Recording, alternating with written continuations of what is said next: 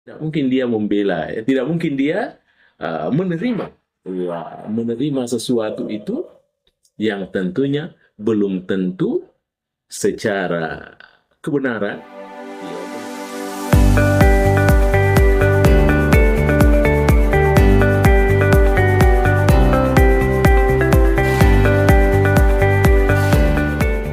Assalamualaikum warahmatullahi wabarakatuh. Para pemirsaku dimanapun berada, tentunya saya menghaturkan terima kasih yang setinggi-tingginya karena selalu menanti, selalu penasaran dengan channel YouTube kita ini yang tentunya berbicara dengan nuansa-nuansa komunikasi yang tentu kita namai bersama Mister Koronis, komunikasi romantis dan humanis.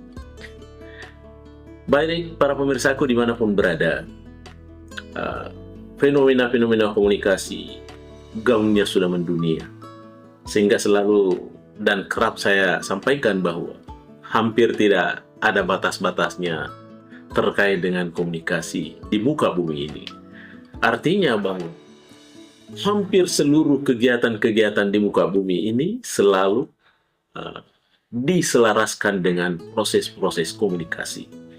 Ya, bahkan ketika kita berawal di dunia ini, ya, yang pertama sekali disampaikan itu kan oleh Allah Subhanahu wa Ta'ala, dia bilang, bacalah. Ya, membaca itu adalah bagian dari proses komunikasi. Artinya ada kesiapan kita untuk berdialog, untuk mengadopsi, ya, untuk beradaptasi terhadap lingkungan-lingkungan sekitar. Ya, tapi namun tentunya ketika kita beradaptasi dengan lingkungan-lingkungan sekitar, tentu saja ada harapan-harapan yang tidak kesampaian, belum kesampaian. Iya, makanya jangan cepat frustrasi, karena itu adalah bagian dari tertundanya kesuksesan.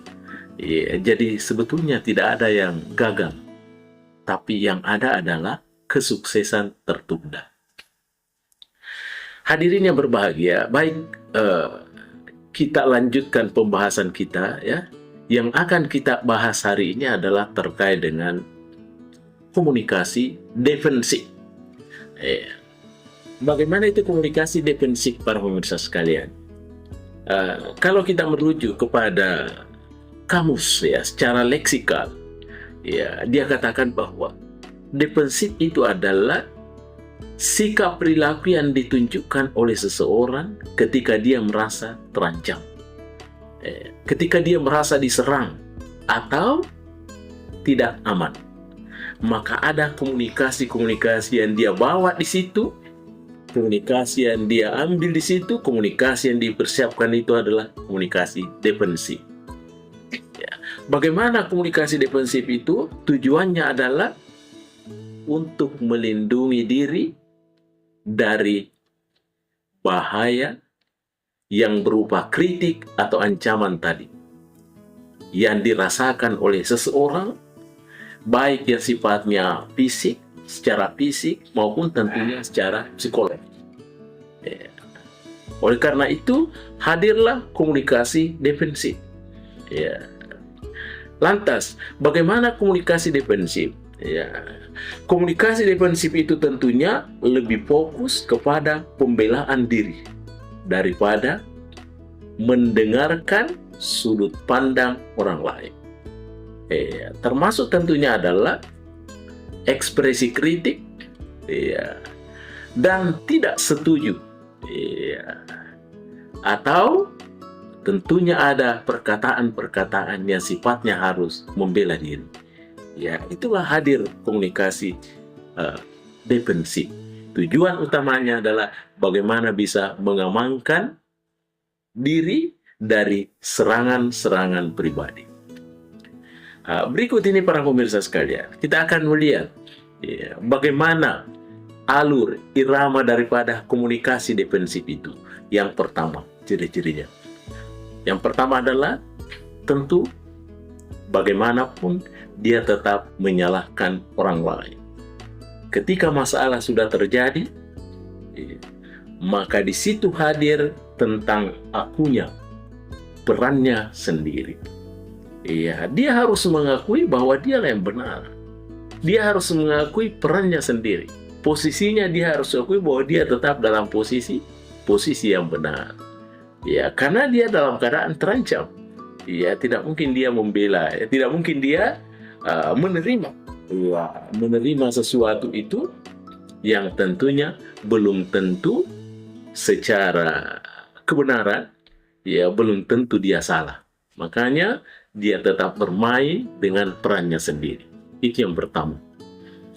Kemudian yang kedua, para pemirsa sekalian, ya, dalam keadaan dia terancam, ya, komunikasi defensif hadir untuk membuat alasan, membuat argumen. Dia harus berargumen.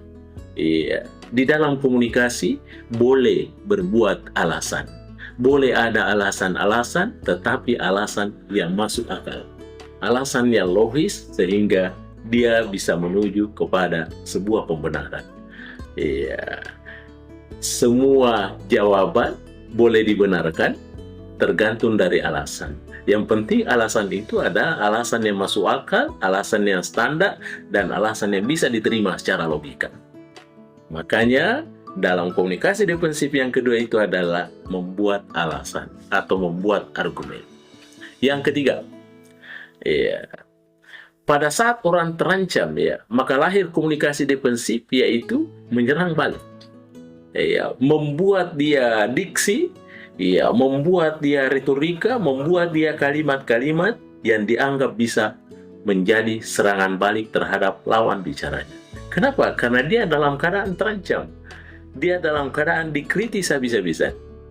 Makanya dia harus, daripada dia dikritik habis-habisan, maka dia membuat sebuah perlawanan, menyerang balik. Itu yang ketiga. Kemudian yang keempat, para pemirsa sekalian, bagaimana dia bisa, pada saat dia dalam keadaan defensif, tentunya dia bisa menolak mendengarkan.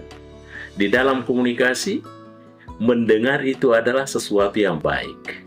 Ketika kita tidak memperdengarkan sesuatu, maka kita harus menjadi pendengar yang baik. Tetapi dalam situasi defensif, maka hadir ciri komunikasi defensif itu adalah diantaranya seperti yang keempat itu adalah menolak mendengarkan. Dia menutup diri, karena adanya ancaman demi untuk mengamankan diri. Itu yang keempat. Yang terakhir, para pemirsa sekalian, bagaimana ciri khas komunikasi defensif itu adalah di sana ada sikap pasif dan boleh jadi ada sikap agresif. Tergantung dari konteks, tergantung dari situasi dan kondisi lingkungan.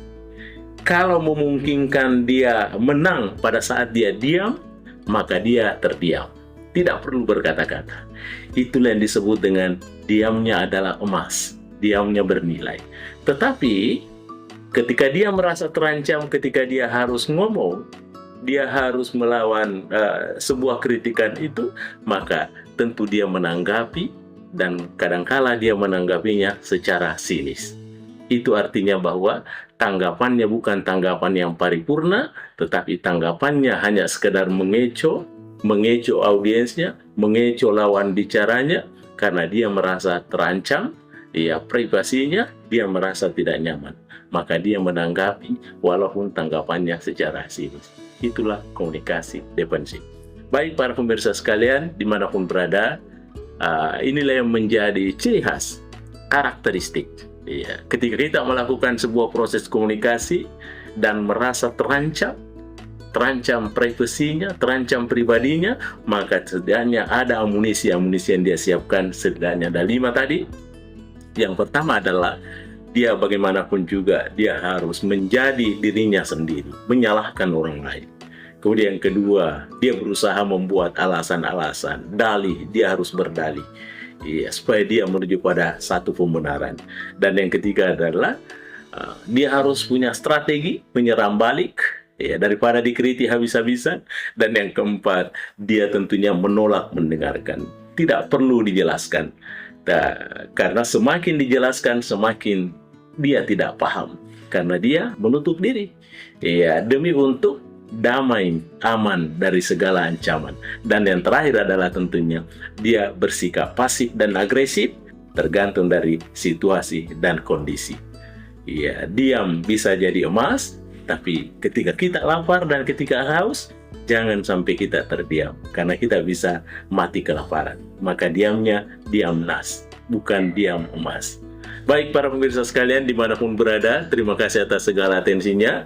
Mudah-mudahan ada manfaatnya, tentunya terhadap diri pribadi, dan juga mudah-mudahan ada manfaatnya terhadap para pemirsa sekalian. Mr. Koronis mengundurkan diri. Assalamualaikum warahmatullahi wabarakatuh. Mr. Koronis. Jangan